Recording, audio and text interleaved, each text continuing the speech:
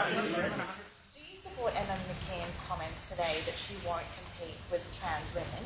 And do you consider yourself to be a supporter of women's sport?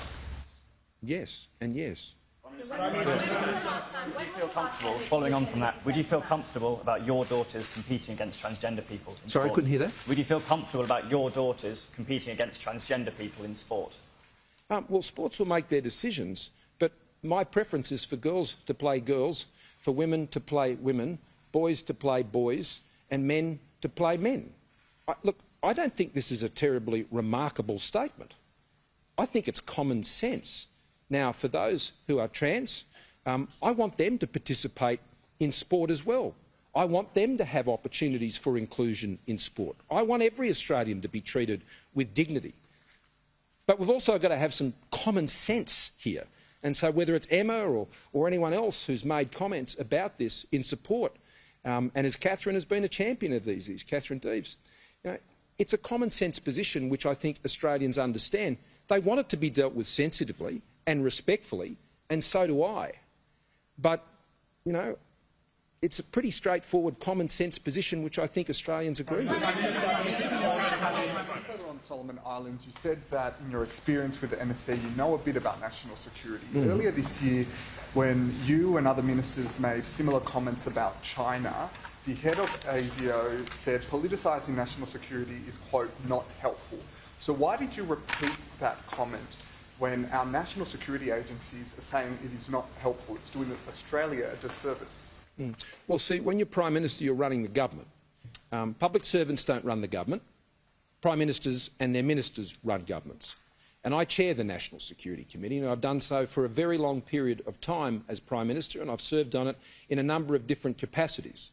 And what is important, particularly when we're dealing with issues that are being risen in an election campaign right now, and challenges were being made about the government's handling of a particular issue, then I think it's perfectly reasonable for me to set out that when the Labor Party has had to choose between taking a position in support of the government on matters of national interest, be it with our coercion that we've faced from China because we've had foreign interference rules, or we've said no on foreign investment decisions, or we've called out on major public health issues, then I would have expected in bipartisanship on national security that there would be a common view. But there wasn't.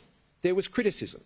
Now, bipartisanship, I don't think, should be set at a low bar.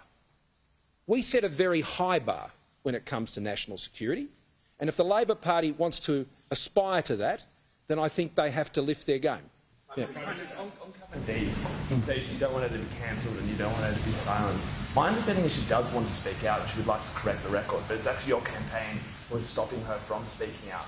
Will you allow her to speak in front of the media, and if not, why not? Katherine is campaigning, and I've been in contact again with Katherine today, encouraging her.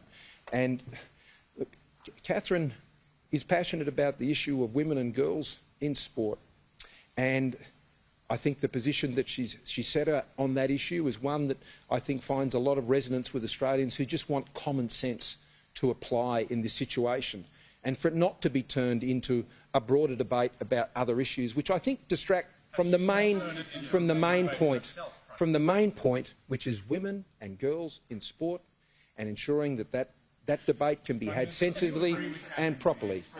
More than $100 million has gone in community funds to marginal electorates since the budget.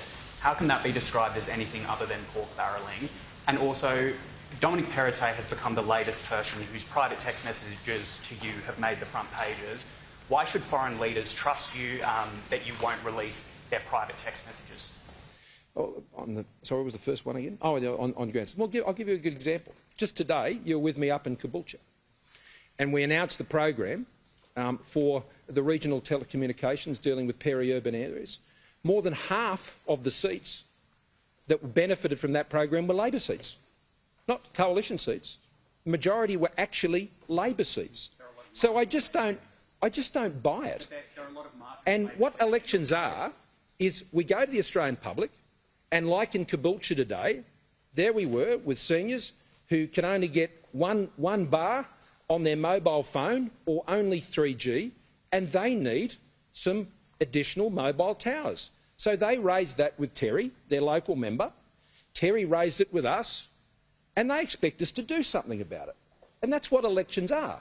People expect their government to deal with issues on the ground in their communities, whether it happens to be facilities or it happens to be services, health services or education services, support for important manufacturing jobs. We're talking about them right here, of additional jobs right here in Ross's electorate here in Bonner. These are important things that need to be done, and we respond to those. We're telling people very plainly the Labor Party are making their commitments in their places that they wish to make commitments. I make no criticism of that. But people know what they can vote for. And what they can vote for with me and my team, standing here with Angus and Ross Vasta here in Bonner, is they can vote for a strong economy. They can vote for a team that has produced a strong economy through one of the toughest challenges we have ever faced, or they can vote for an opposition. And he spoke a lot last night, Mr Albanese. He spoke about how Labor were the party of big reforms. I made the point that it's always the Liberals and Nationals that have to work out how to pay for them. But he spoke about the big reforms, and he talked about Bob Hawke. Well, as you know, during the Hawke-Keating government, no, he wasn't an economic advisor to the Hawke-Keating government, he was an electorate officer to Tom Uren. So he wasn't being upfront with people about that. But when he wasn't doing that, he was at Labor conferences denouncing the Hawke-Keating government, conference after conference. I supported the Hawke government more than Anthony Albanese did. John Howard supported the Hawke government more than Anthony Albanese did. So he's no Bob Hawke. He's not even a Kevin Rudd. And I can assure you he's not John Howard. Over the last 3 years, he has sought to make a virtue, not of being a big ideas man, but being a no ideas man, because he wanted to be a small target. So here we are, just before the election. Just before the election, he's madly scrambling around. He has no plan. It's a choice between a government you do know and a Labor opposition that you don't know. And that was on display last night. A lot of words, but not a lot of substance. And that's why Australians, as we get closer and closer to this election, are being able to make that choice, because it is a choice. On the what, sorry? And on the text of Dom Perrottet, Oh, sure, I'm happy to touch on that. Look, when I was speaking to some close colleagues in the Liberal Party on the weekend, they asked me whether Dom had been in contact, and I simply said that he had. I hadn't shared any text messages or anything like that. I just said he had been in contact. Now, that wasn't released to anybody. Well, you're the journalist. You talk to people who talk to people who talk to people. No, he didn't, and neither did I. I simply... Well, they haven't been. All that people know is that the Premier was in touch with me and indicated his support for the decision that we had made, and that is the truth. It was on the front page of the Daily Telegraph by his own words. And so I am in regular text contact with leaders all around the world, regular text contact, and I continue to be, and I will always be, because it's an important part of my job to ensure that I remain in regular contact.